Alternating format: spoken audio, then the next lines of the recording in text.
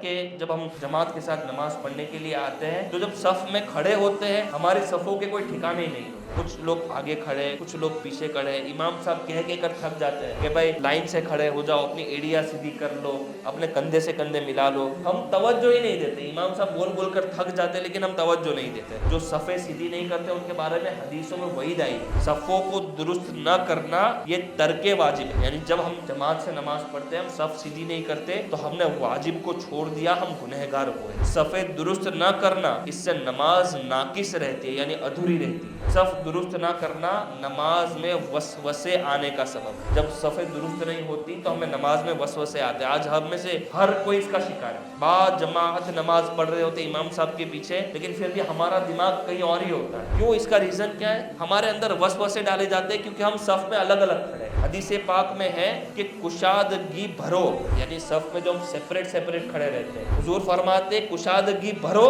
کیونکہ شیطان تمہارے درمیان بھیڑ کے بچے کی طرح گھس جاتا ہے، یعنی ہلکی سی جگہ ہوتی ہے وہاں بھی شیطان گھس جاتا ہے، جہاں شیطان گھستا ہے وہاں وہ وسوسے ڈالتا ہے۔ آج یہ سب سے کامن پرابلم ہمارے اندر صفیں سیدھی کرنے میں پایا جا رہا ہے کہ جب امام صاحب کہتے ہیں صفیں سیدھی کر لو تو لوگ لائن تو صحیح کر لیتے ہیں، ایریا کی لائن تو صحیح ہوتی ہے، یہ لائن پر کھڑے ہوتے ہیں، لیکن سب کوئی 2 انچ دور ہے، کوئی 5 انچ دور ہے، کئی لوگ تو کتنا دور کھڑے رہتے ہیں۔ میرے آقا یہ فرما رہے ہیں کہ صفیں سیدھی کر لو، ہم دور کھڑے ہوتے ہیں، کشادگی کو بھرو، میرے آقا نے فرمایا، ہم نہیں بھرتے۔ پھر صفیں درست نہ کرنا یہ رحمت سے دوری کا سبب ہے۔ حدیث پاک میں ہے جو صف توڑے اللہ پاک اسے توڑے، حدیث پاک میں جو صف توڑے اللہ پاک اسے توڑے۔ ایک حدیث پاک کے تحت فتح القدیر میں ہے یعنی اللہ پاک اسے ثواب اور رحمت سے دور کر دیتا ہے یا اسے مزید نیکی کی توفیق نہیں ملتی۔ صفیں صحیح نہ کرنے کا ایک اور وبال یہ ہے کہ صف ٹیڑھی ہونے سے دل ٹیڑھے ہوتے ہیں۔ جب صف ٹیڑھی ہوتی ہے، صف میں گیپ ہوتے ہیں تو ہمارے دلوں میں گیپ بن جاتے ہیں، ہم مسلمانوں کے دلوں میں نفرتیں ہوتی ہیں، مسلمانوں میں اختلاف ہوتا ہے۔ حدیث پاک میں ہے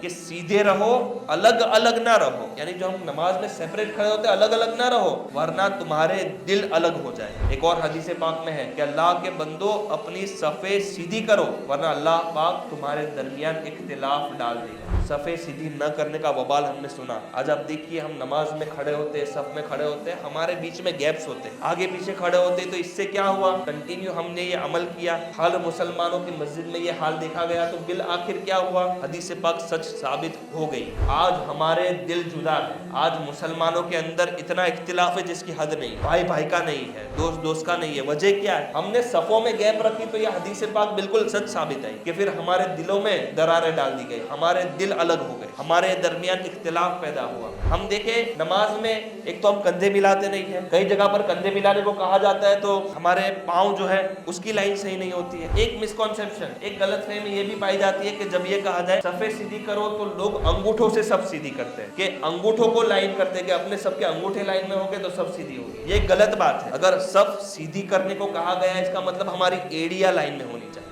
کسی کا پنجہ چھوٹا ہوتا ہے، کسی کا بڑا ہوتا ہے، تو اگر ہم انگوٹھے سے کریں گے تو کوئی آگے رہے گا کوئی پیچھے رہے گا۔ تو اس لیے فقہاء کرام نے فرمایا کہ جب صفیں سیدھی کرنے کی بات آئے تو ہمیں صف ایڑیوں کے بل سیدھی کرنی ہے، یعنی ایڑیوں کی لائن میں سیدھی ہونی چاہیے، ایڑی کے حساب سے ہماری صف سیدھی ہونی چاہیے۔ ہم کیا کرتے ہیں؟ ہم انگوٹھے کے حساب سے صف سیدھی کرتے ہیں، تو اس سے جب بندہ انگوٹھے کے حساب سے صف سیدھی کرتا ہے صف سیدھی ہو ہی نہیں سکتی، کوئی آگے رہے گا کوئی پیچھے رہ جائے گا۔ جب بندہ اپنی ایڑی کے حساب سے صف سیدھی کرے گا تب سب کی ایڑیاں بھی سیدھی ہوگی، سب کی پیٹھ بھی ایک لائن میں ہوگی، سب کے کندھے بھی ایک لائن میں ہوگی۔ یہ 2 چیزیں امپورٹنٹ ہے صف سیدھی کرنے میں جس کا ہر ایک کو دھیان رکھنا چاہیے کہ ہمیں صف سیدھی کرنی ہے تو ایڑیوں سے، اور بیچ میں گیپ نہیں چھوڑنا شیطان کے۔ یہ 2 بہت ہی امپورٹنٹ چیز ہے، ہمیں لگتا ہے چھوٹی چیز ہے لیکن اس کا وبال کیا ہے؟ مسلمانوں میں اختلاف۔ ہم صفوں میں گیپ رکھتے ہیں، ہمارے دل میں گیپ بنا دیا جاتا ہے، ہمارے درمیان اختلاف ہوتا ہے۔ آج ہم ایک ہی شہر کے مسلمان آپس میں لڑ رہے ہیں جبکہ ہمیں حکم دیا ہے کہ مسلمانوں ایک ہو جاؤ۔ ہم تو ایک ہی مسلک کے لوگ ہیں نا، مسلک کے اہل سنت کے لوگ ہیں نا، مسلک کے اعلیٰ حضرت والے۔ ہمارے اندر پھوٹ ہوتی ہے، ہمارے اندر اختلاف، ہمارے اندر جھگڑے،